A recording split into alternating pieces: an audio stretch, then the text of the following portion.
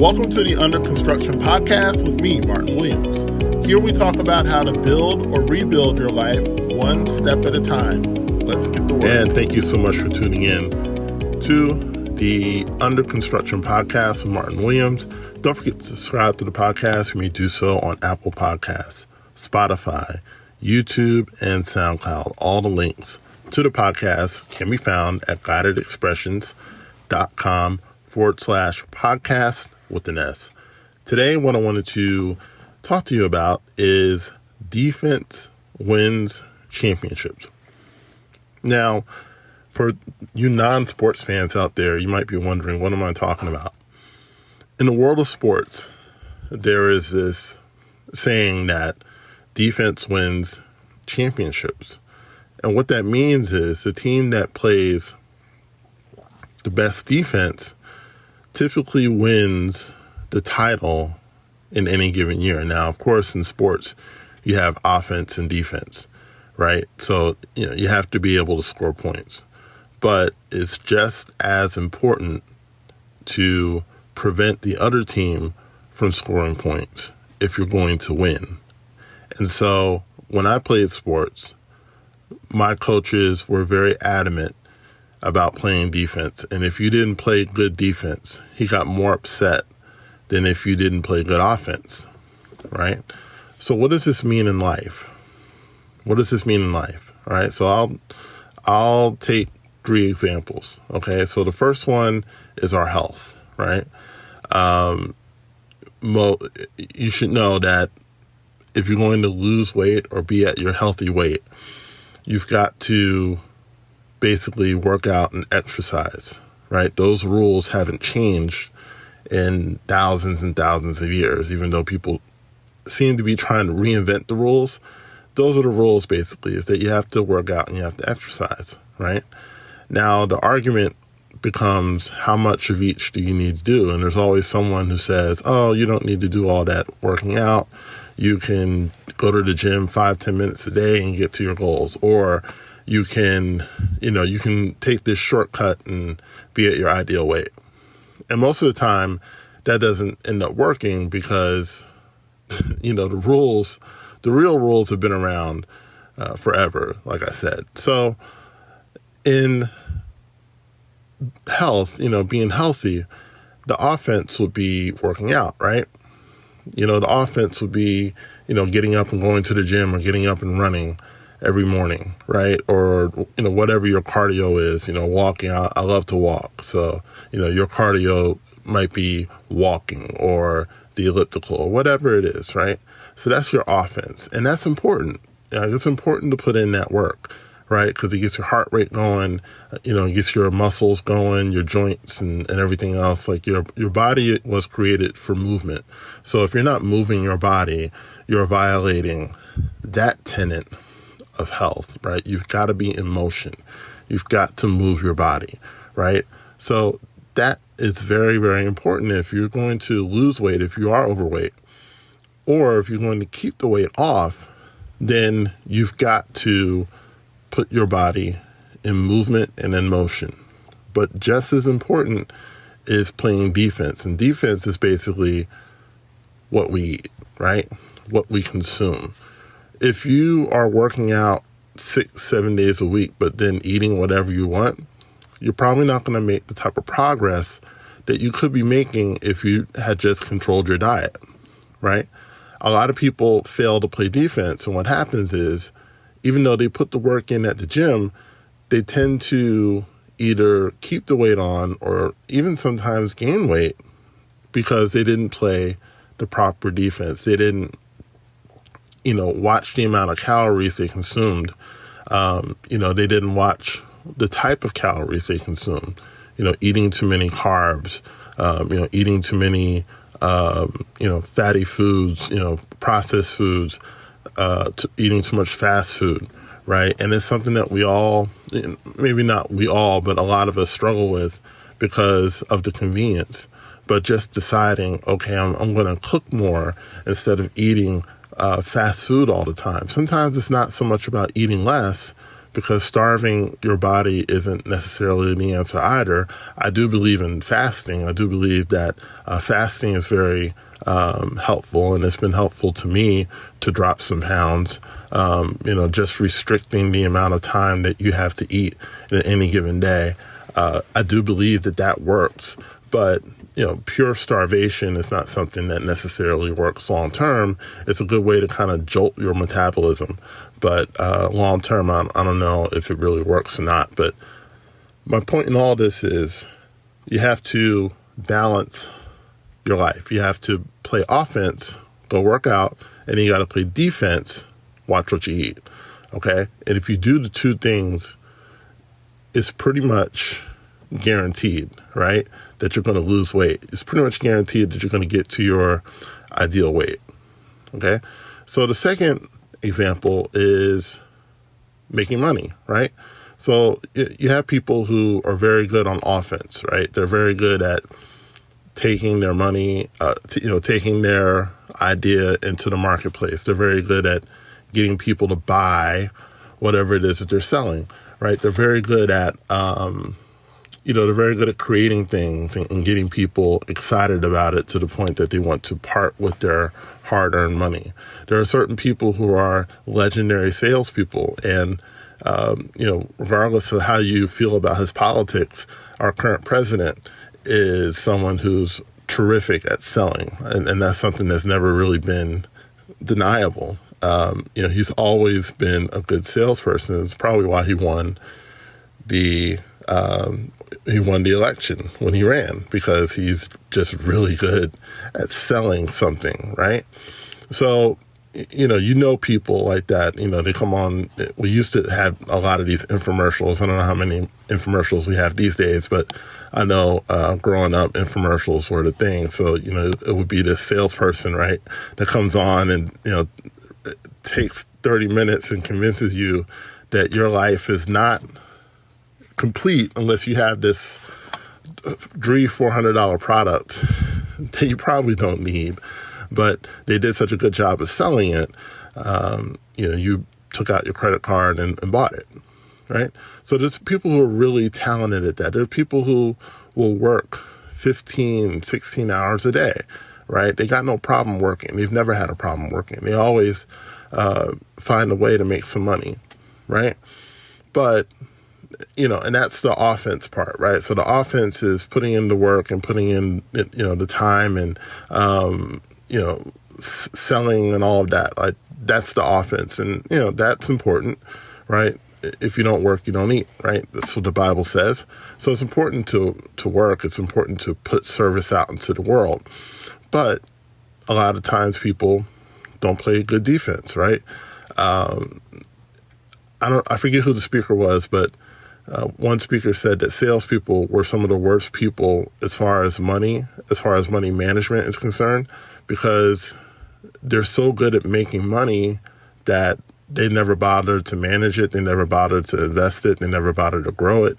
They never bothered to save it, because they just know that, and they have the confidence that they can go out and make that same amount of commission, if not more, the next month. And what often happens is that they'll have a couple of good months and then they'll have a couple of really dry months, which is, common in the sales world, where you have really strong months and then not so strong months, but they don't, a lot of salespeople don't really practice good money management. So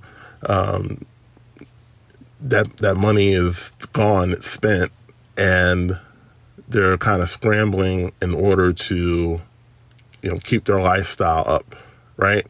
So the playing defense here is money management, saving, not wasting money, right, on things that don't appreciate, right? There's a good rule when it comes to spending money.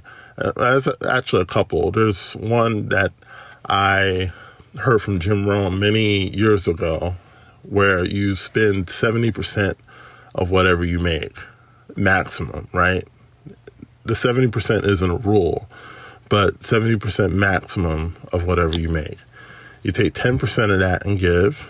You take another 10% and give it to someone to grow it, right? So that's like a 401k or, maybe some other stock thing.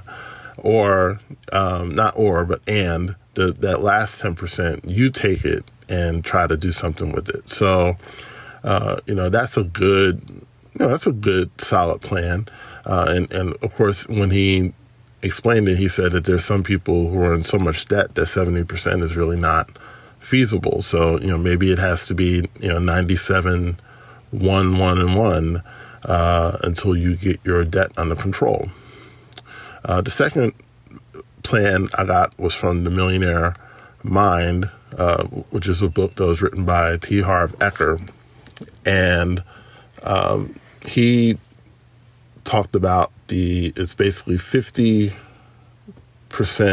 and then 50% for necessities, and then you break up the other 50% in giving, play,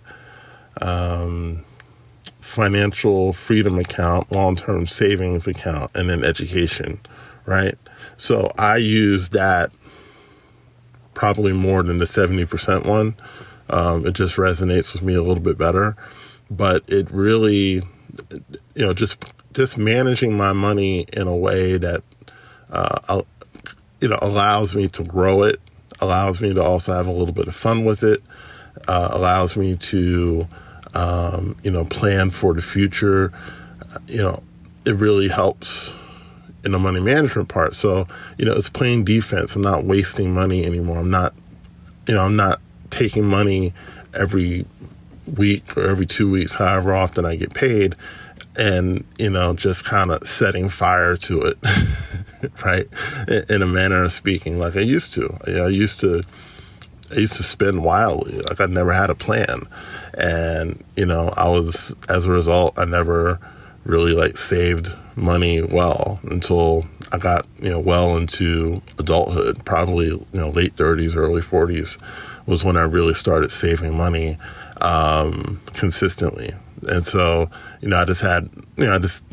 I never really had a financial plan. And, I was that person who, I'll just work more. And, you get to a point in life where it's like, well, I don't want to work, 12, 16 hours every day. Like at some point, you want to enjoy life and not work so hard.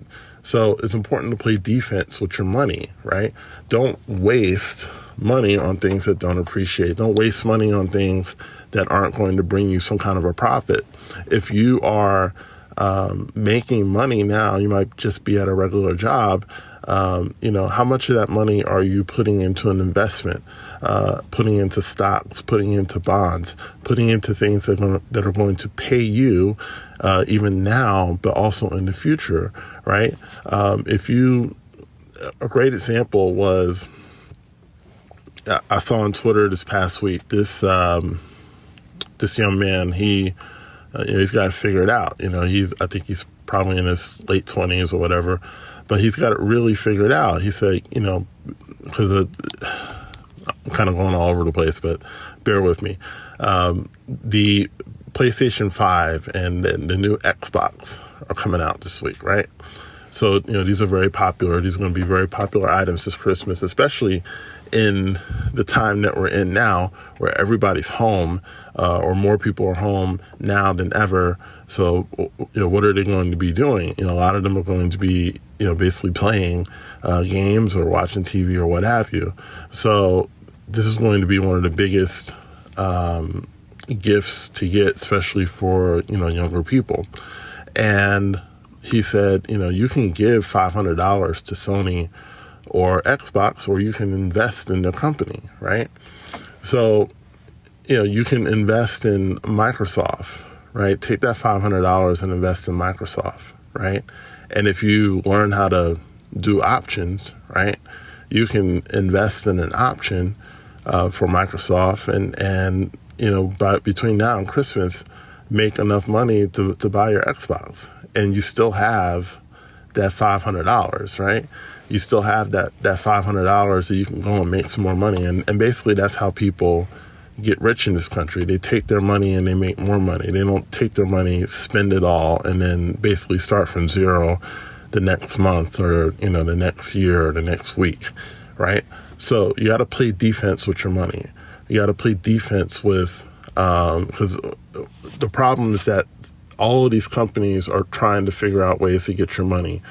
These companies basically have meetings and they conduct studies and they hire the best people to get you to part with your hard-earned money, right? So it's important that you play defense, because if you don't play defense, any little shiny thing that comes up, you're going to want to put money on it, right? You're going to want to buy it, and it may not be the best thing for you and your family, especially if you're trying to retire at some point in your life. You've got to be able to, save money and invest it so that when it comes time to retire, you can actually afford to do it.